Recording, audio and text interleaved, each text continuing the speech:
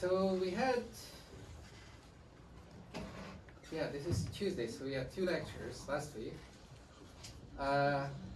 We started with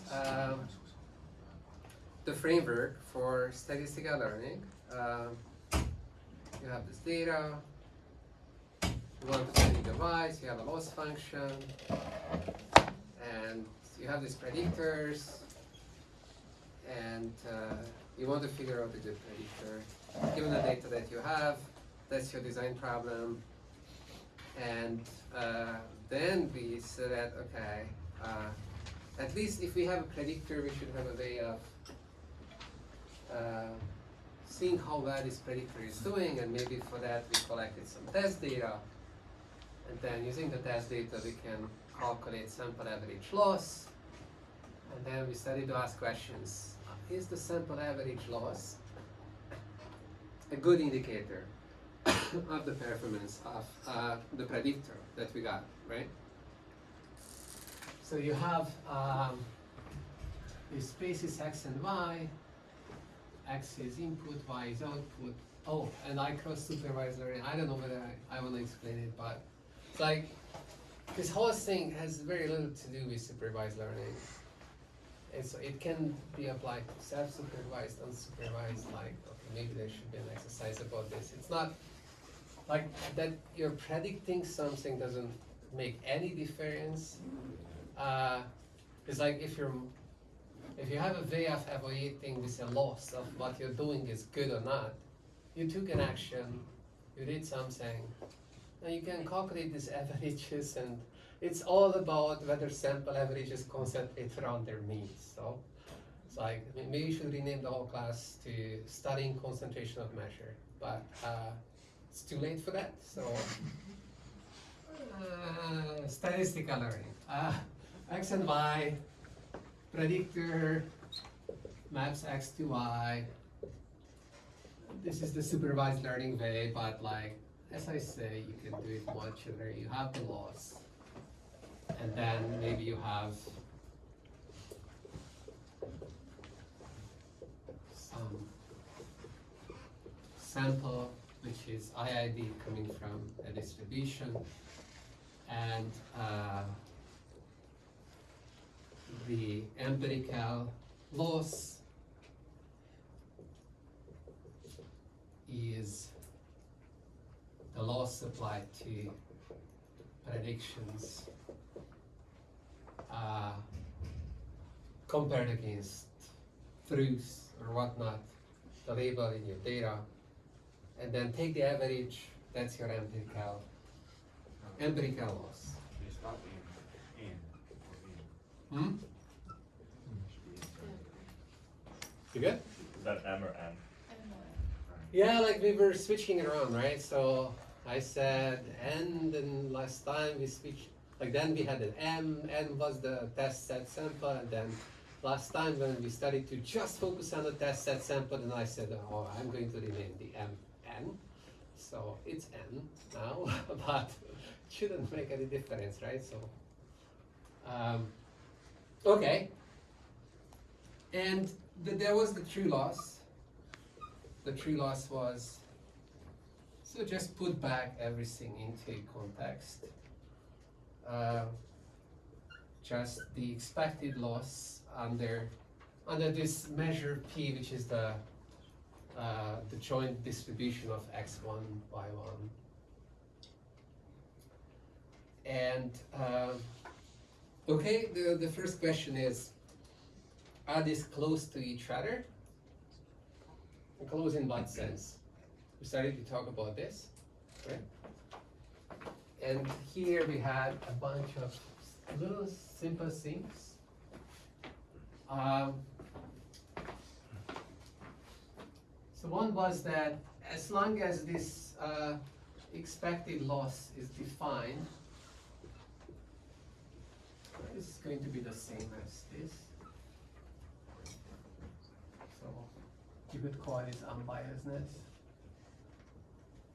It's somewhat reassuring, but this is an expectation over this random sample, and so it's like, it just says that, oh, if you would sample many times, then like across the many samples, it would average out to the true value that you're interested in. Why are we interested in this true value? In a way, this kind of, like if you're deploying this predictor F, then maybe this is how you would measure actual performance as well. And so if this itself is kind of getting close to this, then of course you're interested in this. So it's like, yeah, like we need to understand all of these little nuances, right? Like, what are you interested in? Well, you're interested in minimizing the loss on future data. Okay, future data is coming from this distribution P. So then, okay, but this future data is random because like all the data is random as we discussed. So then what does it mean to minimize that? Well, okay, I don't know. And then before deployment, maybe you just take a pilot sample and then you call that the test set. And then you're measuring performance on that. And then you're wondering about, oh, if I deploy this F, how close will be the actual average loss on the future sample that I haven't even seen? Like, is it going to be close to what I measured? That's actually what you are interested in. So in a way, you could say that you will have two samples, maybe they're independent of each other, and you want to see whether the two averages are close to each other. And okay, if both of them are close to the common value, let's say the mean loss under this distribution F, then they are necessarily close to each other, right? Like it's like you have two values, they're all close to one value, then like they have to be close to each other, otherwise like it just cannot happen. That's a triangle inequality. Yes? What do you mean both the values? What are the Huh? What do you mean both the values? What are the two Oh, values? because like I collected a test sample, but I'm thinking about future deployment. In the future, when I'm deploying the predictor, there will be another sample that is independent of my test sample. I measure the average on that. I already have my average measured on my test sample, and I'm wondering about whether the test sample average is close to the future average that I have not measured yet. I will only know it when I deploy this thing. But that's what's important for me. When deployment happens, I want the loss to be, small, and then if I'm thinking about deploying this F, I want to know ahead of deploying it that loss is going to be small. So it's kind of predicting how small the loss is going to be. Or even whether or not the loss that you think your predictor is going to get, if you're going to see that in the real world. Like that's what we care about. Because we haven't talked about minimizing a predictor yet. No, it's like someone gave you the F, and then you're just trying to decide whether you should be deploying it. And maybe you have a criterion that like, I only deploy it if the future loss is going to be small. Yeah. I don't know whether I answered the question. Did you have a question? No. You had a comment. Well, because you said we were only going to deploy it for F small, but we just talked about evaluate. We just care about evaluating the loss of F.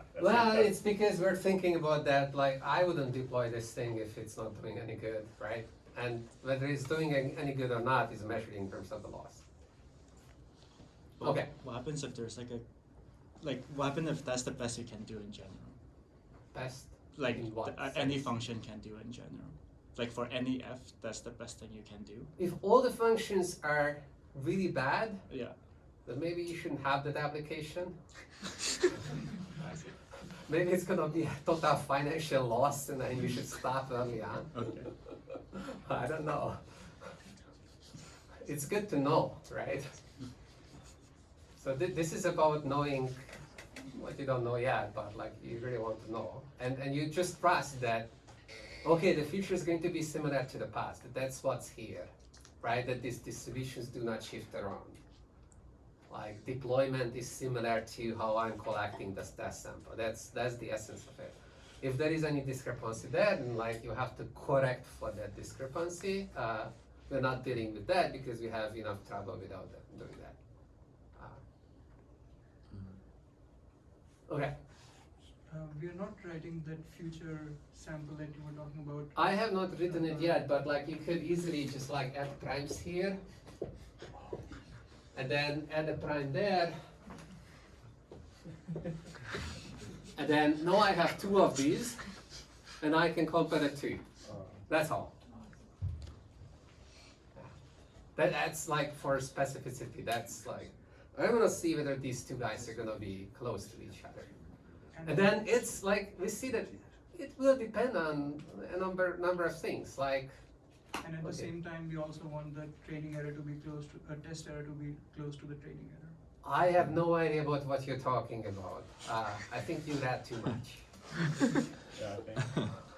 Maybe we don't want that. Maybe we don't want that. I mean, like if the training error was small, sure. So it's Training error was high, then I don't want that. So I guess what we have here is someone gave you a test set, someone gave you a predictor, and you're just asking, what is the, That's right. given the test set, what is the value of my predictor? Kind of going backwards, right? Like before deciding about how to design the procedure to come up with the predictor, let's see how, if someone gives me a predictor, what am I going to do with it? How am I going to decide about whether I should deploy it or not? That's a more basic question. So once we have some understanding of that, then maybe you can go back and ask this other question about how to go about the design. I mean, like you could just enumerate all possible predictors and then just pick the best one and be done. Yeah. Yeah. Why not? Maybe. I don't know. We'll see. We can run into trouble with that. Okay. Oh, yeah, okay, so this goes back to me saying that you should not stop asking questions. The relevant question that I forgot to even ask or talk about, or like, I don't think that I did, was like, why would you care about this? Like, why is this expected loss important? It's important because of this thinking that like in the future when you deploy this thing, the average loss that you actually care about will be close to something like this. So you kind of like reasoning backwards. Why do we care about the first moment? Why not the second moment? Yeah, you will actually totally care about that, right? So because when you're deploying in the future, and this is this prime thing, it has a random distribution, and maybe you want to shape the whole distribution, not just the mean. Totally. I think that a little bit we talked about this, that it's not just the first moment, but yeah, like all of these questions are highly relevant. And then in machine learning, people do ask these questions, and then they say, oh, like you should optimize the quanti or whatnot, right? So they have versions of everything that we're talking about, which sometimes just means change the loss function, and then you can optimize quantize. That's, for example, very nice. Could be another exercise. No, I didn't. Okay. Too many exercises here. Okay. All right. So okay. These are equal. It's good, but not only that, but somehow there is this measure concentration thing happening, which is that the probability that LNF deviates from LF by more than, I don't know, some value is small. Get small, or how small? If this is a small value, okay, so we previewed it and like it could be something like this. Why are they using the same F? Yeah. I don't know, like because F is just a generic thing. It's like could be that though because it's an error probability. So this is like the error event. When my sample is kind of not represented, it's like the ugly sample. The probability of seeing an ugly sample is small. Then, well, do we know that we're gonna see an ugly sample or not when we have a sample? We don't know. But we know that the probability of seeing an ugly sample is small, and that's the best that we can do at this stage, yes. What does the red thing in the superscript thing The red is a remnant of some previous class. I'm still can't do magic. I only have a black marker, but it's a valid point. Okay. And so if this is happening, and these values are getting small, Sn gets large, or epsilon gets big, then we say that measured concentration is happening, okay? And we were arguing the last time that, okay, variance kind of tells you some information about that, this is happening, this concentration is happening. The central limit theorem gives you some clue of that the shape of the distributions that you're going to expect for large samples is going to be like a Gaussian distribution after proper normalization of things. Then we calculated how the tail of a Gaussian looks like, and it kind of looks like this. This is the tail probably for a Gaussian. The standard deviation of sigma up to some polynomial terms that I'm suppressing. And then we write at the definition of sub-Gaussian random variables. So let's repeat that.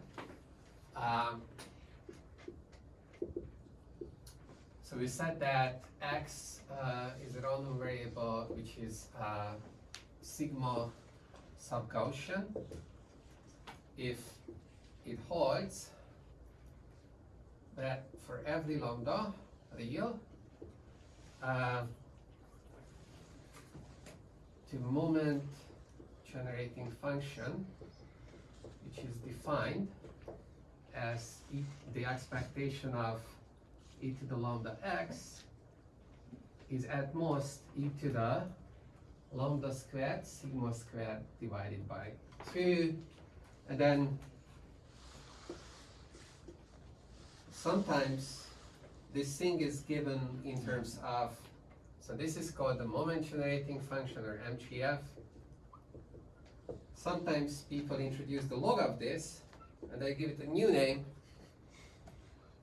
and for us this looks like foreign, but like for people who live in this space, it's like, yeah, like every day they just like, oh, this CGF, this MGF, like what they do, and like how do they play together, and so this is the log of the MGF. So I actually do hate to ask this question, but like, how are they different? Like, is there something one tells you the other doesn't, or is No, it just... no. They are talking really about the same object, and sometimes it's more convenient to talk about one and sometimes Okay. the other. And for us, it looks like ugly that they have both are introduced, they have different names, and like, why is it? But like, for people who are breathing in and like just leaving this space, it's like important to have different, because it makes communication faster. Yes. As I remember, that the moment generating function sometimes doesn't exist, or it goes to. Oh yeah, it's like, this is a strong requirement that the moment generating function exists for every lambda. It's an upper bounded by that. Yeah. And so regarding the moment generating function, maybe next step we review a little bit the properties of the moment generating function. Of course, you have to be very lucky for the moment generating function to exist on the whole real line. We'll get to the properties of the moment generating function just in a second. So this is called the cumulant generating function, and the condition in terms of the cumulant generating function is that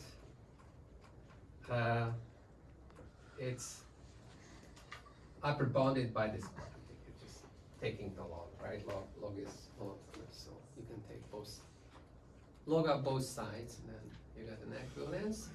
So that has to hold for every real. And yeah, okay. So let's talk about this guy, the moment generating function.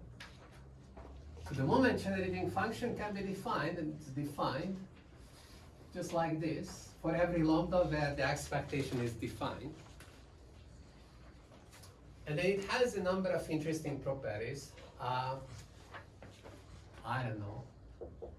So the first property is that, so let's call it D, the lambda, where the integral exists. So it's not infinite, it's a non-negative valued random variable, so two things can happen to this integral. The integral is defined in terms of a sup, so it's either just some value or it's infinite. So when it's infinite, then we say that it doesn't exist. And when it's finite, we say it exists. Yes? I'm sorry, quick question about this. So the sigma sub-Gaussian thing, that is just defined by the MGF condition, right? Yeah. And the CGF stuff follows from that? It's the same thing, It's the same. like equivalent definition. Some people would define it this way. Okay, so we define this set where the integral exists, and then the first property is that D is a convex subset.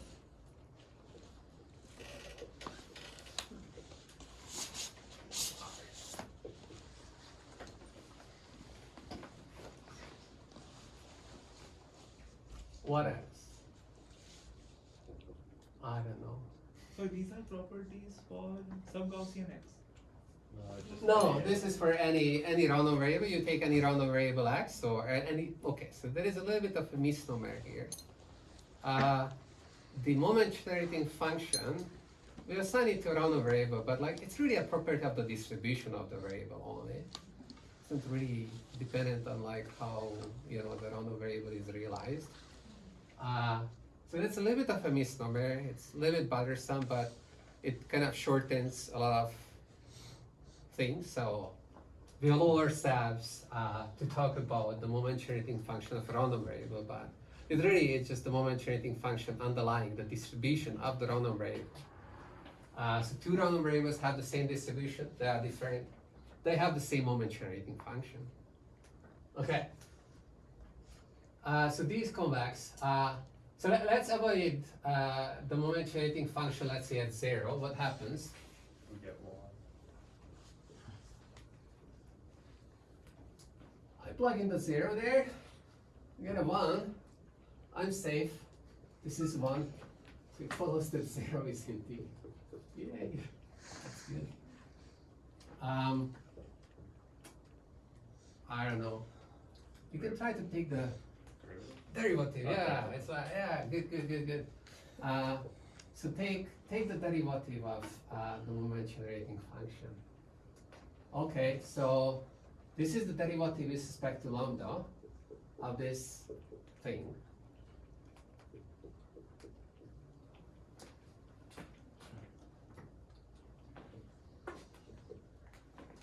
And I'm going to shamelessly move the derivative inside. But there are some conditions that need to be met for you to be able to do that, but I just ignore them for the moment, just for quick and dirty calculation, but just don't forget that, okay, might need to think about that. If you take the derivative of what's inside, it's e to the lambda x with derivative with respect to lambda, what happens is that x comes down. So you get e to the x, e lambda x. Then you can kind of guess that if you take the case derivative of this thing, then you get the case x to the k, e lambda x here.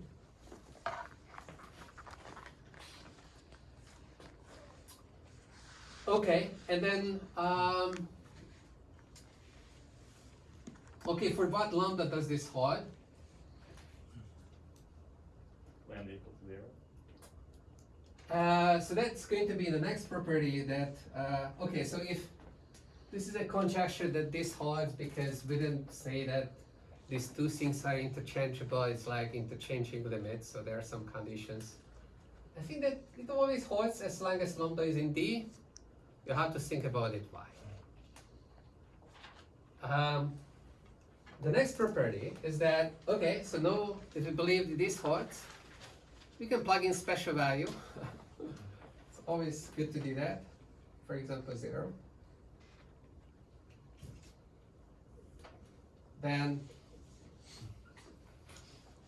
this becomes, oh, just the case moment of this random variable. That's cool. Why is this function called moment generating function? I think we're done. Okay. All right. Actually, there is more true here. Like this is infinitely differentiable. Like for every k, this was defined. This is equal. The common generating function is convex, and so that's really nice. And so all of this coming from just playing around with this exponential function, which is a very nice convex function. But I think we stop here, because this is going to be enough for now. Okay. I have a question. Yes. It looks like the kth moment, if k is an even number, of x always exists. No. What? Like the kth moment, if k is an even number, Yes. then the expectation of x to k is the kth moment of x, right?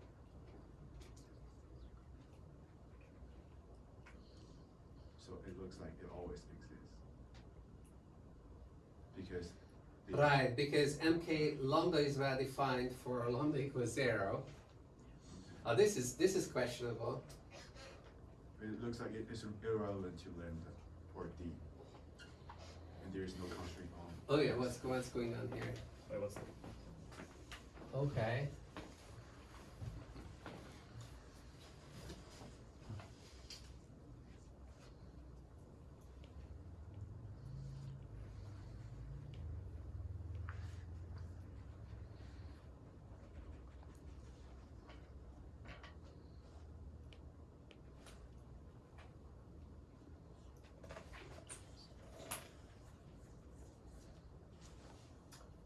Oh. Oh. So when we say this, I think we allow infinite values. So these are equal in the sense that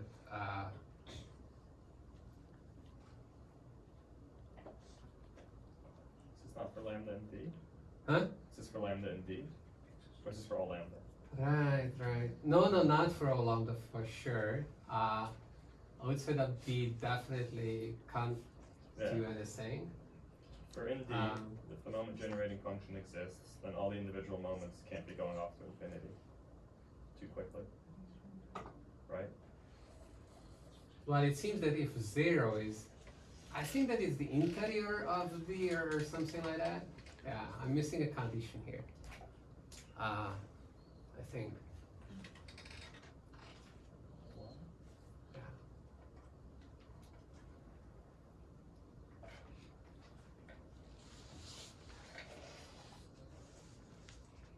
It's in d, and then the moment generating function exists. I guess the moment can't be growing. All right, so in order to clarify this, we really should think, okay, so this underlies the importance of, if you had a question mark somewhere, then don't forget about it. So we need to think about the question mark to save time. I'm not going to do that. Let's sort this out somewhere, but like, very good note. Like it's not, you can easily come up with random variables whose higher moments do not exist. They have heavy tail. 0 is always in the domain, so it's like, okay, there is something going on here. What was the issue? So the right side may not.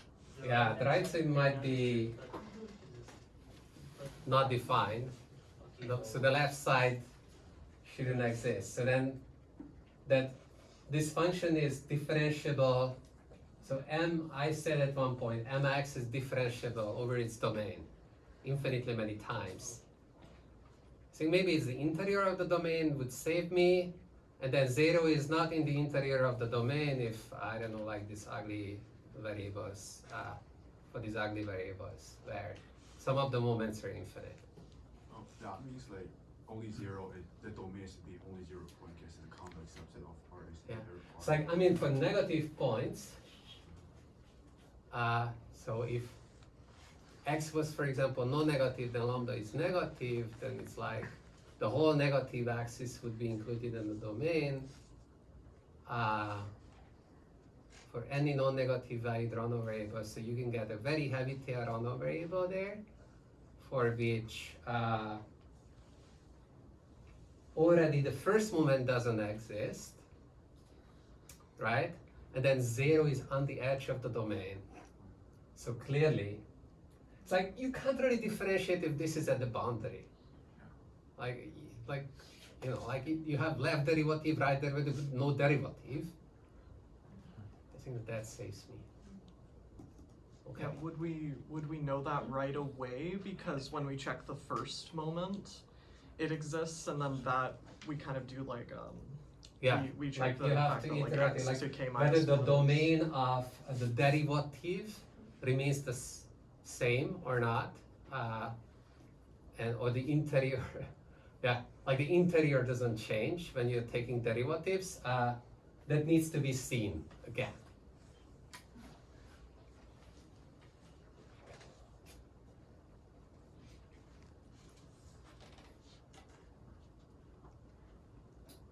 Okay, studies, but fun. Okay, so let's go back to sub-Gaussian random variables. So for sub-Gaussian random variables, so if we had x, which is sigma sub-Gaussian, then the probability of x exceeding, okay, so first of all, if we use this definition that I'm using at the moment, the moment generating function is defined over all the reals. So 0 is included, it's inside the domain. Then we can differentiate, and when you take k equals 1, you get that the expected value is equal to the derivative of the moment generating function evaluated at 0.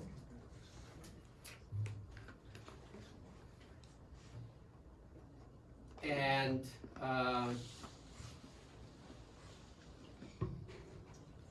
then you can show that it follows from the definition of sub-Gaussianity that the random variable has to have a 0 mean. And so then, writing concentration inequalities in this sense, it's going to make sense. The probability that x is greater than epsilon, which is like epsilon above its mean, is smaller than e to the minus epsilon squared over 2 sigma squared. And we were getting this from Chernov's method, right? Basically using Markov's inequality, x multiplying with lambda, non-negative, and exponentiating, then applying Markov's inequality, and then optimizing lambda, you get this inequality. And you get the other side of the inequality as well. It's two-sided, like for both sides you have this. And an alternative way of writing this would be that x is smaller than log 1 over delta sigma over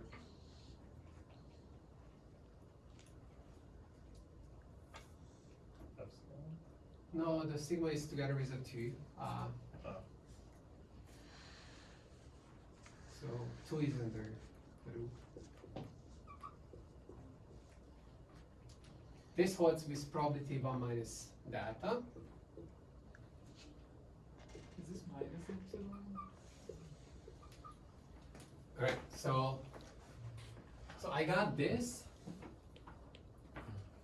this form of the inequality, it's an equivalent form of the first inequality by calling this side data and then solving for that, for epsilon.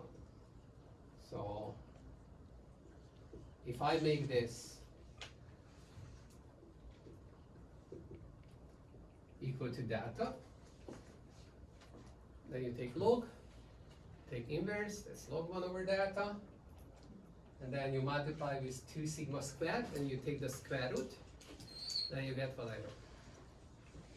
So it's algebraically, these two inequalities are equivalent by this substitution.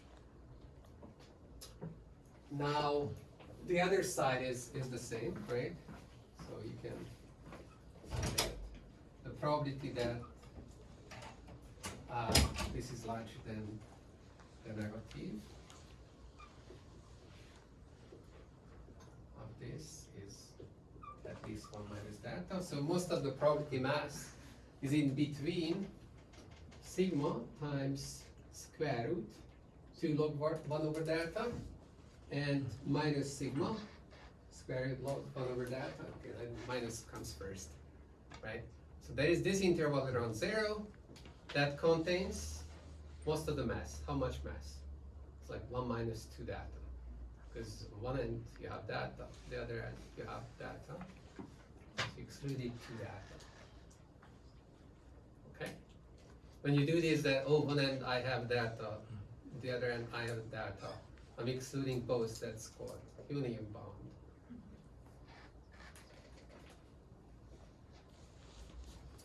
So another way of writing this, which you will see me doing a lot, I would say with probability 1 minus data, so that means with probability at least 1 minus data, it holds that x is smaller than, let's say, sigma 2 log 1 over that, right? So that's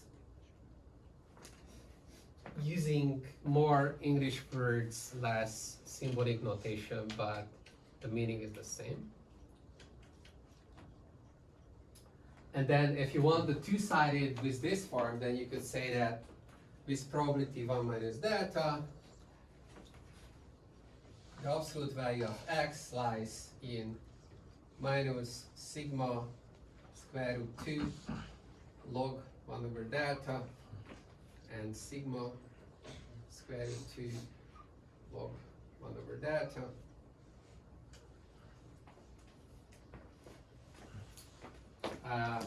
And here I should write 2. And Why? that's, Why is there a mod? huh? Why is there a mod? What? Absolute Absolute. value? What? Absolute value. This is absolute value, yes. Oh, you don't need the absolute value. Because I was thinking about writing an inequality for the absolute value, but then I switched and okay, it's the same thing. And though I wrote with that over 2, so I'll allocate that over 2 for one tail, that over 2 for the other tail.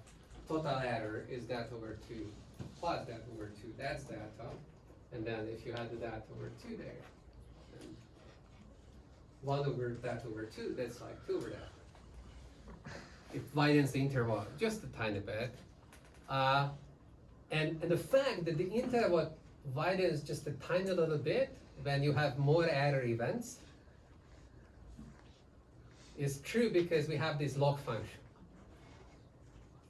So if I have a bunch of error events, I have to allocate some portion of the data for each of them. Maybe I allocate equally. I had m error events. Then the width of the interval grows with log m, right? Like it's log m plus log 1 over data. So the log m is growing much, much slower than m, the number of events for which I can have an error. So I can tolerate a lot of errors. Okay, and that's very nice.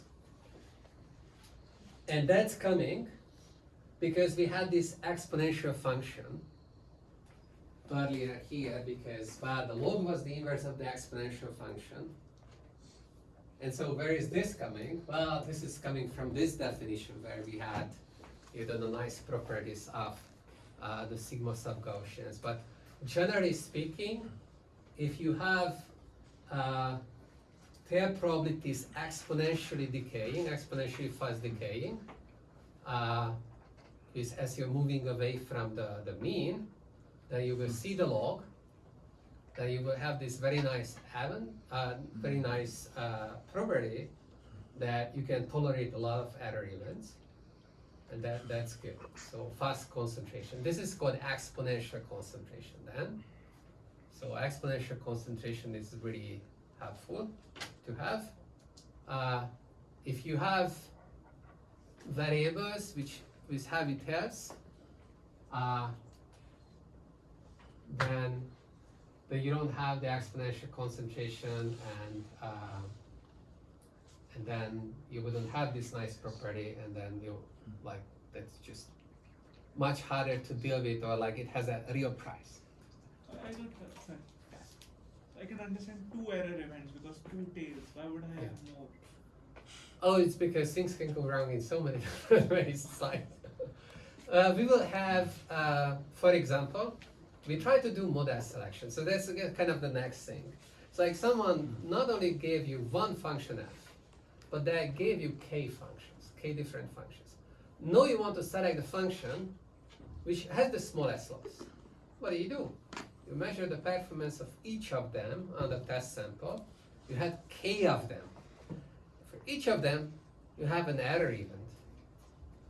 If you want to be able to do this with a lot of functions, then you better have some log dependency here. And I guess the idea is we have k many observations of k many samples of a random variable, and k many alternatives that we want to compare.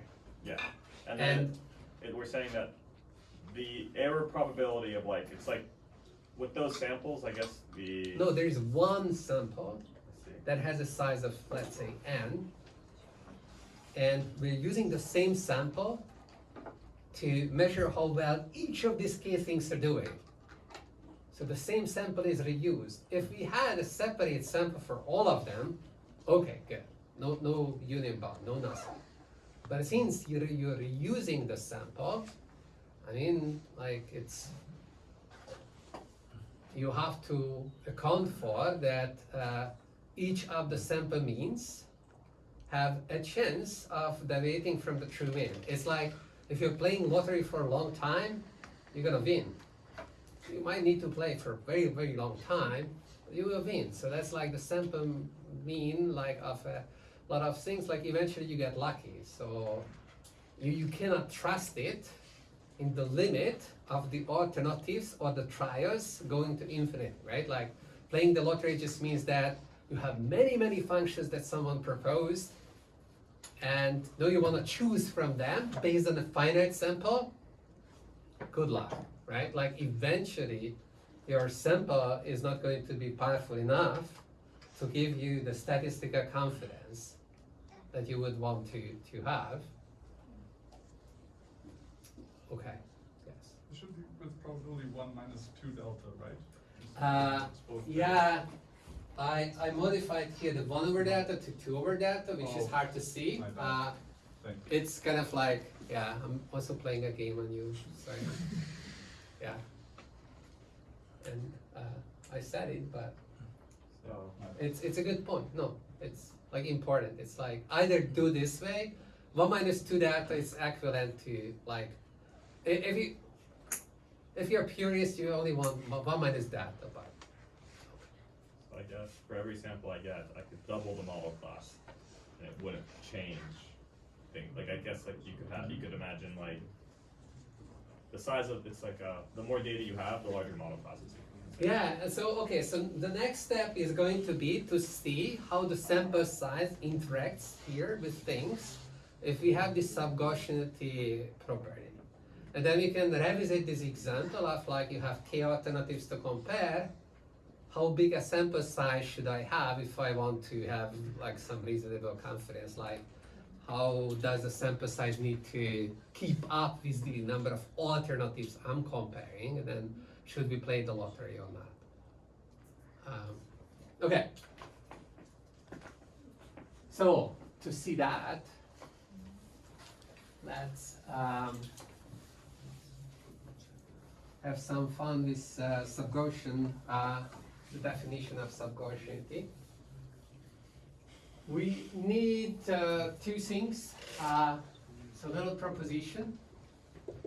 Also, all these is for scalar, right? Huh? This is all scalar.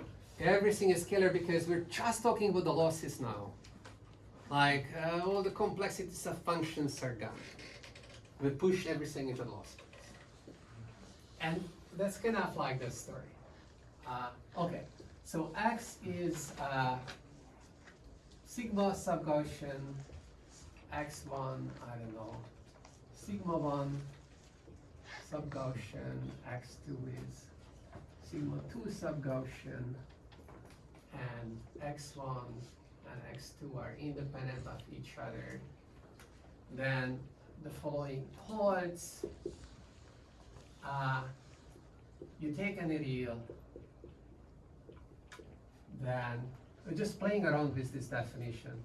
You multiply the random variable x with this constant c. That's a real. And this is going to be c absolute value times sigma subgaussian. And the other thing is that, okay, we can add x1 and x2 together. So that's what we do when you take sample averages and stuff like that.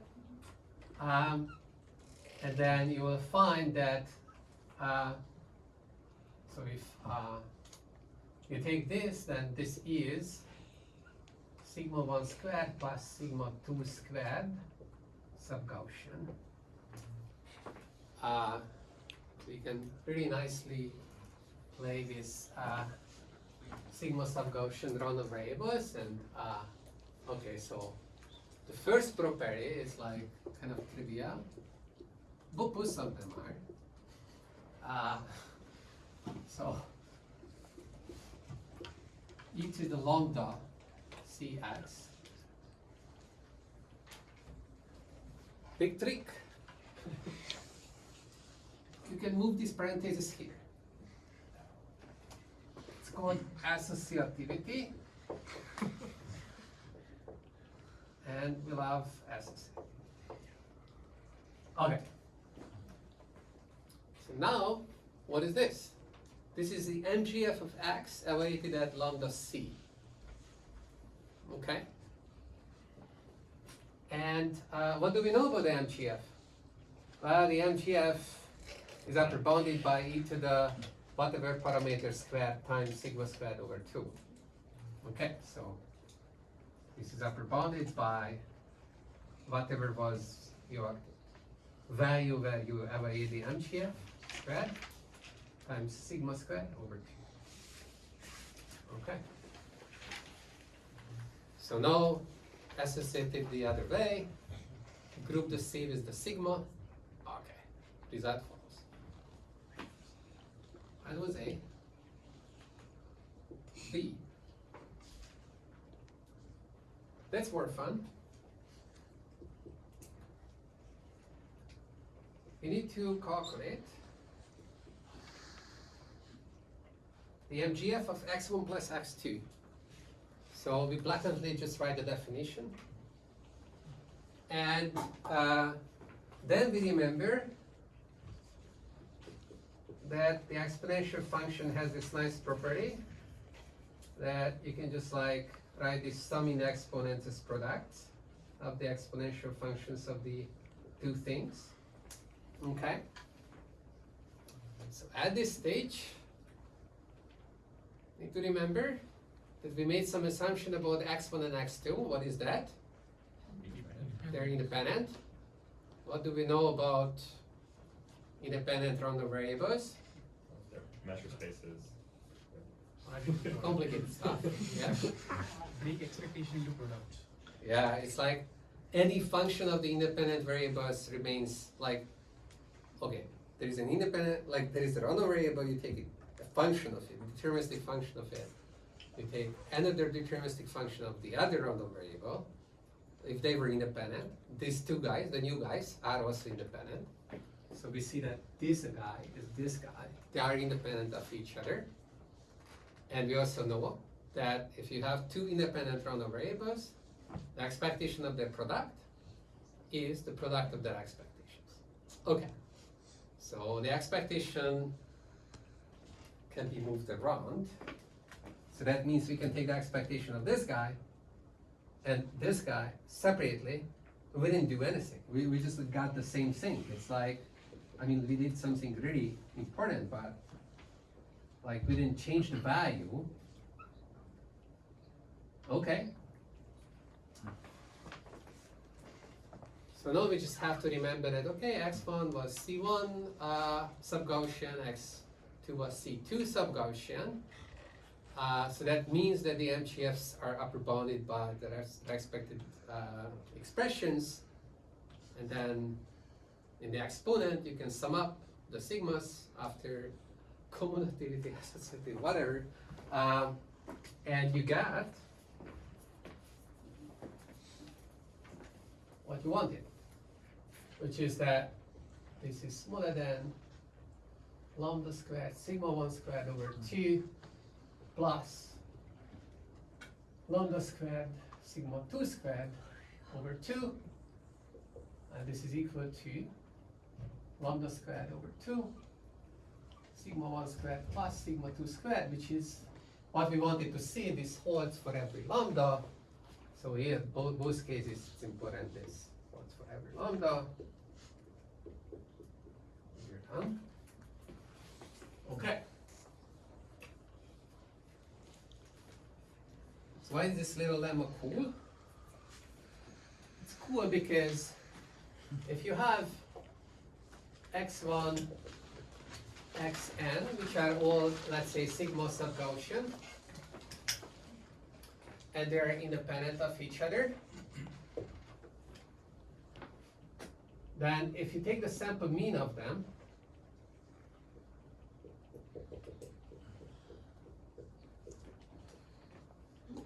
okay,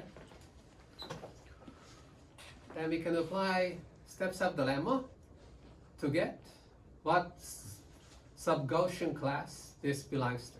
So we want to calculate the sub-Gaussianity constant. Because if we know the sub-Gaussianity constant, then we can just apply these inequalities and we know how the sample mean is going to concentrate. Around 0 in this case. Okay. So what do we do? Like first, there's this multiplication with C, which is 1 over m. Okay. And there is this addition of this bunch of random variables. So if I add x1 and x2, I get 2 sigma squared. If I add to x1 and x2 x3, okay, what do I get? 3 sigma. Sorry, I get 2 sigma, not 2 sigma squared. Right? Okay, so let's do it slowly. x1, x2 is, we said square root. Yeah, it's like Got it. 2 sigma squared. Okay. So, like, Well, it's actually 2 quite square- important. It's not 2 sigma. 2 sigma. Technically, yes. You can always get 2 sigma regardless of independence or not. Okay. If I add one more to it to convince ourselves, then I have to square the 2 sigma and add sigma squared to it, and then take the square root to discover that this is square root 3 sigma, and then you see the pattern. Okay, so x1 plus xn is going to be square root n sigma sub-Gaussian. So it only scales with square root n. Okay, from part 1, we get the 1 over n. Here we get the square root n. So altogether, we got what? It's sigma over square root n sub-Gaussianity. The sub-Gaussianity constant improved from sigma to sigma over square root n. So we just prove that this is sigma over square root n subcoefficient. Okay. All right, so why is that cool? So going back to our little discussion with, yeah, I need that. A little discussion about the M, sorry, not M, K alternatives, and then measuring all of them, and splitting the error between equally, but using a sample size of M. So what's the size of the interval? The size of the interval is going to be, let's say, one-sided, sigma over square root n, because that's our new sigma. So each of these lowest random variables, so it's like the xi is, I don't know, the loss of f xi yi.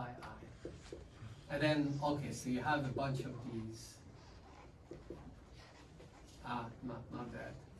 J goes from 1 to k. Okay, but like just fix j equals 1.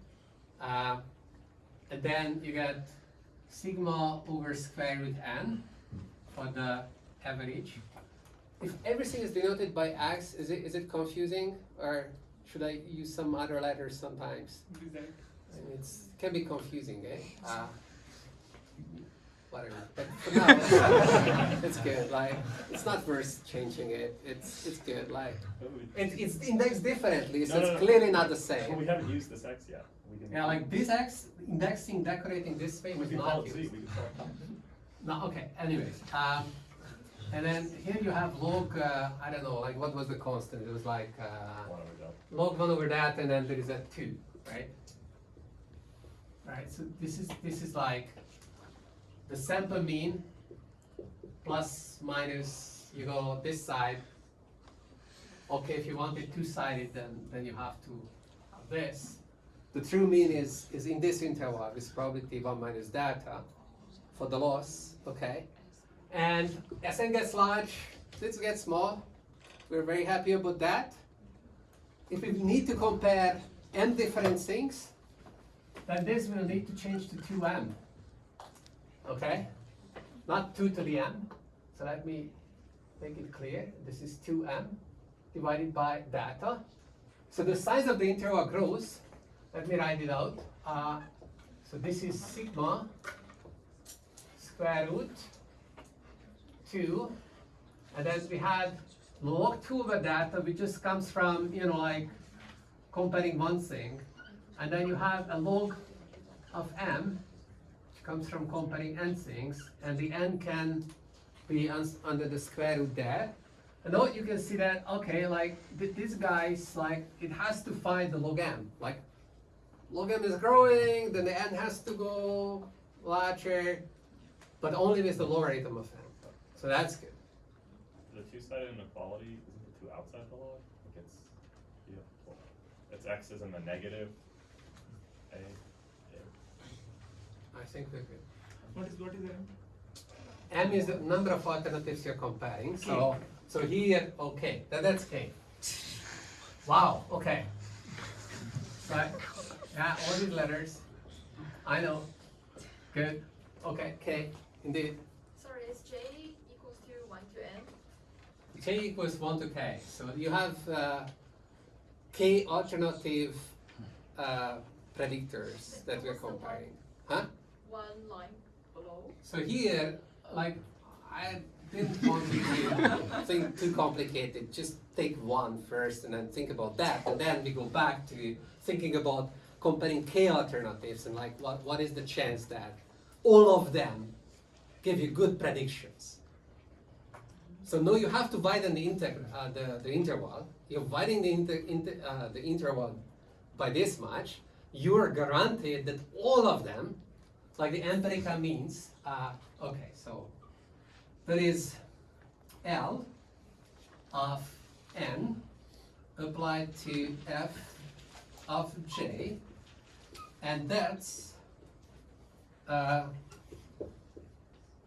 should be compared to the true expected loss, and then, so this is this empirical mean, and the probability that this exceeds whatever it's written there, 2 log 2 over delta plus log k over n is less than equal to that.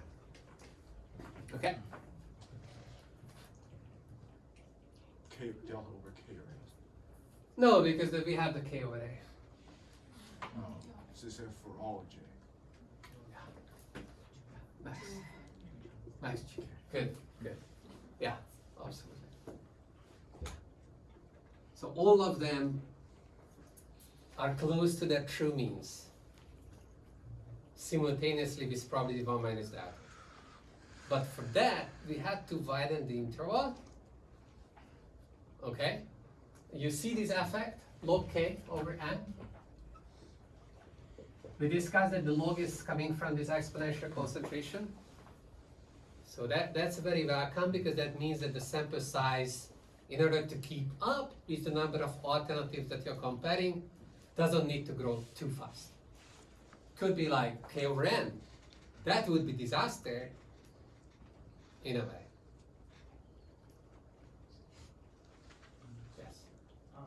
So when we wanted to add these random variables, we don't need to assume that they're pairwise independent, I think. Like we only have to assume that everyone is independent. Yeah, we had one sample, and in that sample we had independent random variables coming from the adjoint distribution. Right. And we also assumed that this loss is sigma sub Gaussian, of course. So yes, like we have independent samples in our setting. I just wondered if this can The f be are fixed functions, and that's it. Okay, I just wondered if like the assumption can be a bit weaker in this case, because when we are adding these random variables together, Where are we adding random variables together? x1 plus x2 is like these sub-Gaussian.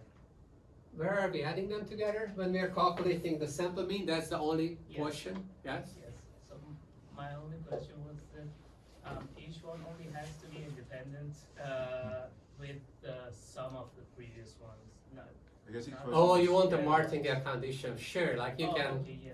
Yeah, you can have martingales mixing. Yeah, that's a separate discussion. Then we are assuming that everything is independent of everything else is an oversimplification. If that is not happening, you still have very similar concentration inequalities. There has to be a price to be paid sometimes.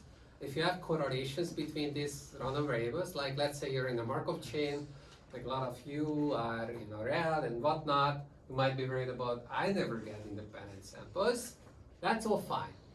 You get mixing in Markov chains, and if you have mixing, then you have similar inequalities holding for correlated sequences of random variables, as long as the correlations are kind of decaying. So what do I mean by that? It's like if you're ordering in the Markov chain the random variables, maybe it's time.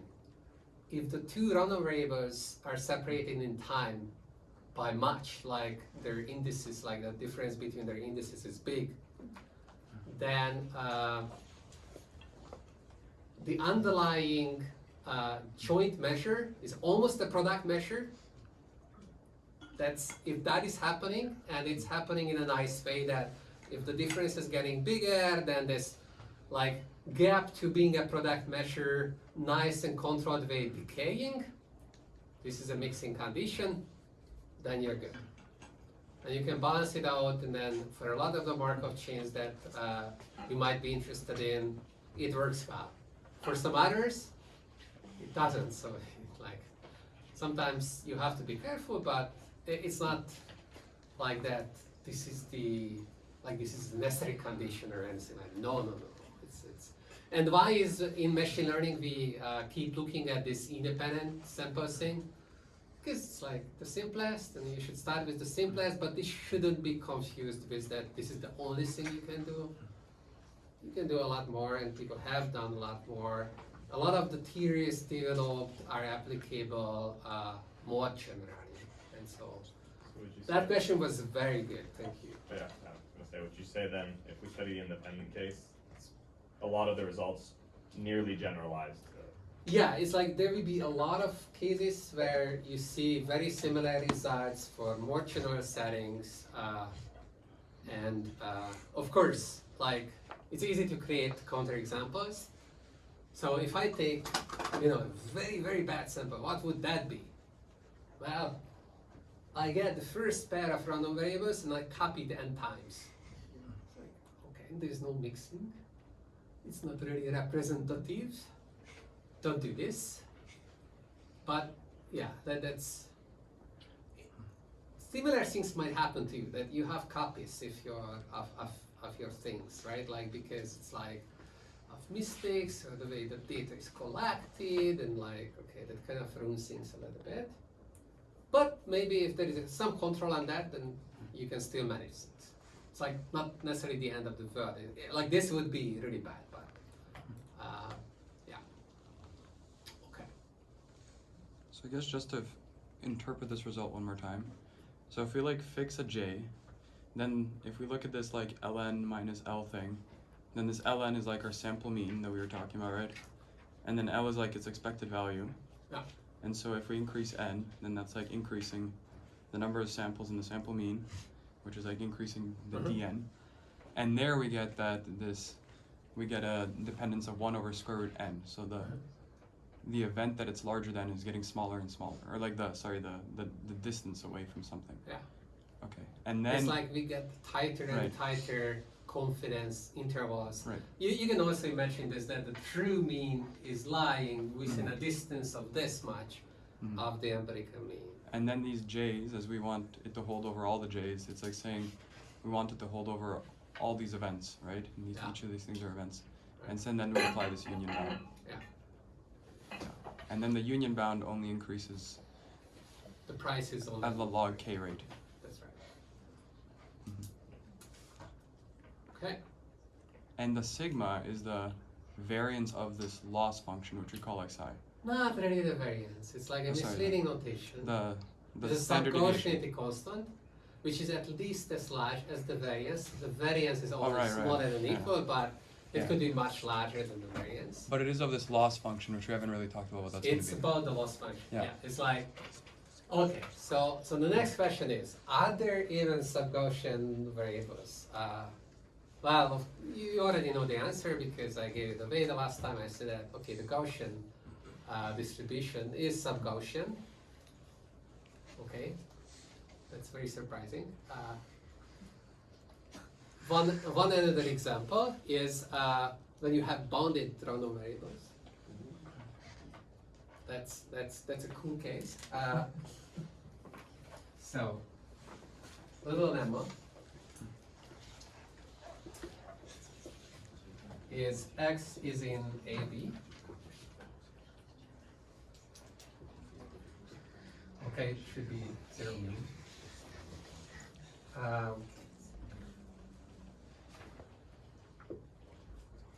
Then x is b minus a over 2 sub-Gaussian. This is called Hoeffding's lemma.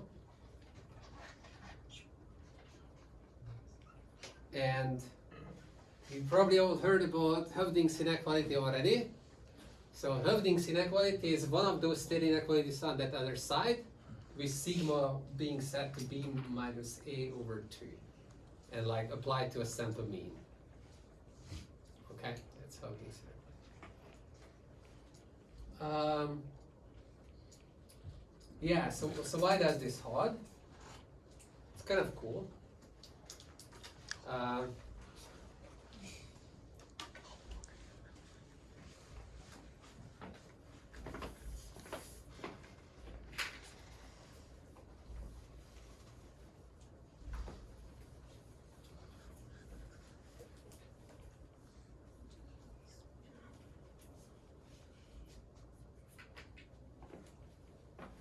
So to to verify this, what you need to do, calculate, take lambda, and then you take the moment generating function, actually take the cumulant generating function.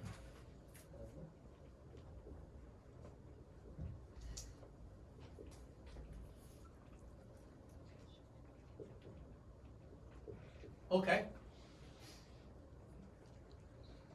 And we love how the cumulant generating function and the moment generating function behaves at 0. And we know that to verify that something is sub-Gaussian, we only need to verify that the cumulant generating function is sub-quadratic. It's like below the quadratic function with some constant. So, okay, we have a function, and we want to verify whether it's below the quadratic function. What do? We kind of love the value at 0 because, well, similar to the moment generating function, the cumulant generating function at 0 gives you special values, the cumulants, and like we'll calculate these. And so you want to verify that this is smaller than or equal to, I don't know, lambda squared sigma squared over 2 for all lambda with some sigmas. And what's that sigma?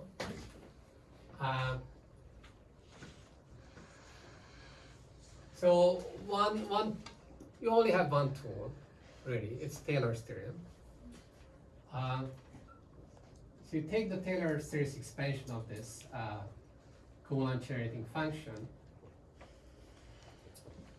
at 0.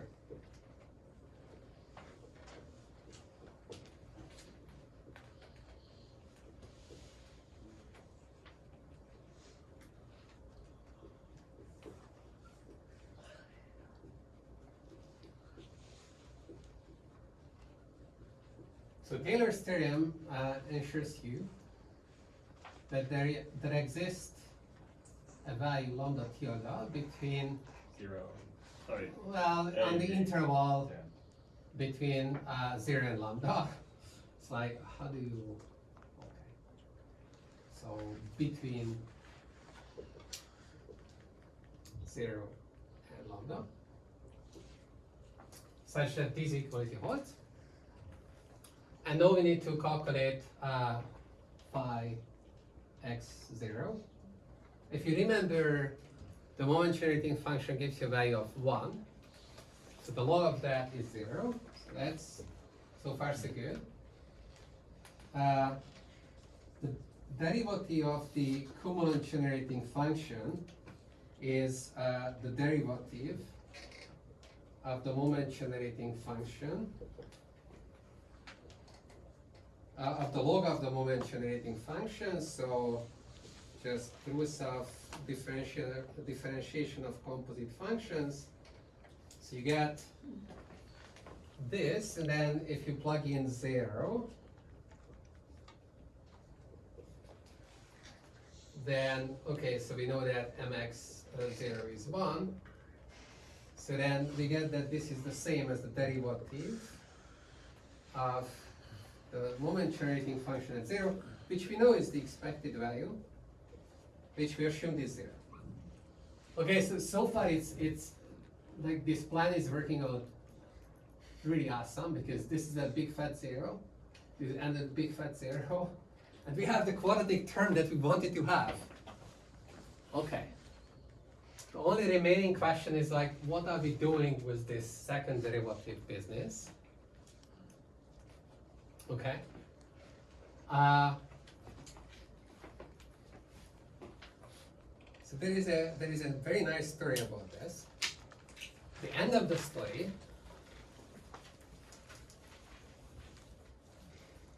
so this is connected to natural exponential families that you're building on your distribution of interest. And Okay, so you take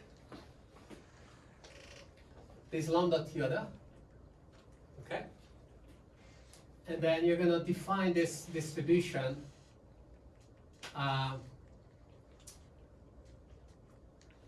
which is going to be proportional to e to the lambda theta x, and then whatever distribution x had, okay? So you take a distribution that's defined like this. So you take this Q distribution. So I have to normalize this, so I have to divide by this integral.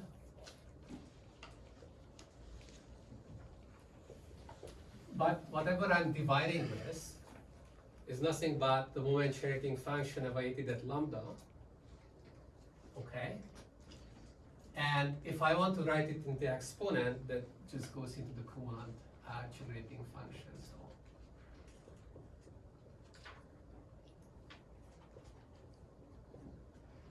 Okay. So this was just, okay, defining this distribution. So I define this distribution Q. It's a distribution because I normalized it properly, so it integrates to 1, it's just a distribution. Okay?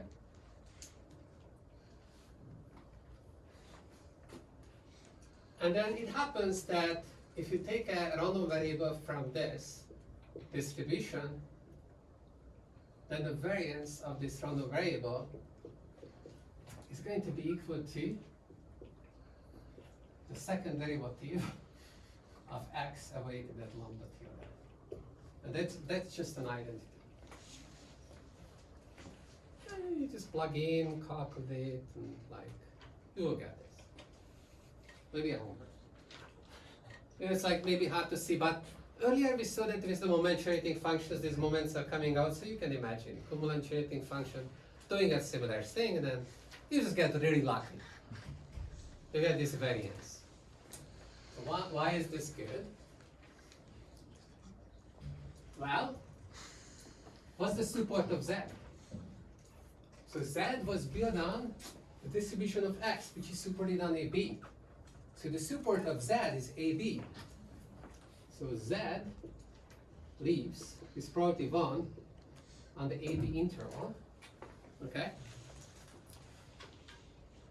And so now it's really easy. So the variance of z is upper bounded by, I don't know, b minus a squared. That would be a little bit too crude. You can do better. B minus a over 2 squared. Okay? How do we do that? I mean, this is this. This is upper bounded by, I don't know, z minus a plus b over 2. Just the middle point of the interval. So I can, like, the mean is minimizing the square deviation from the random variable. So if I take any other value, I get something larger. I take the middle point of the interval, I got something larger. So this is this inequality. Once you're done that, then what's the largest deviation that the random variable z can take from the middle of the interval? And the interval is AB. Well, It's like, yeah, like if it's at the end, if it's either at A or B, that's the largest deviation. In both cases, it's going to be B minus A over 2. Okay, so that's the largest deviation. So this is upper bounded by B minus A over 2, and then square it. So this is upper bounded by the expected value of B minus A over 2 squared, which is B minus A over 2 squared. We're done. I only cheated a little. Okay.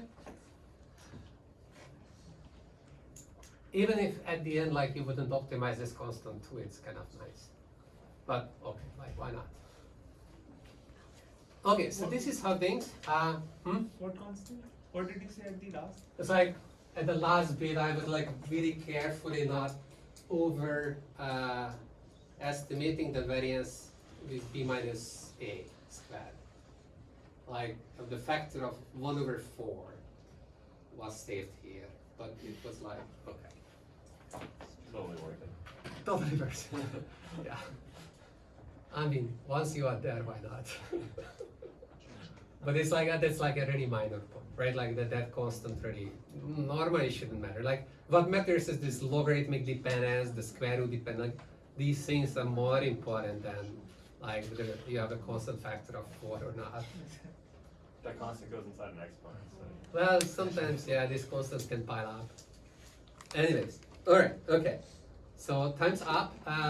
I didn't get to Bernstein, Bennett, any of those other beauties, but maybe next time I will just start with a little bit of the multiplicative Chernoff and like all of this fun, how they're different.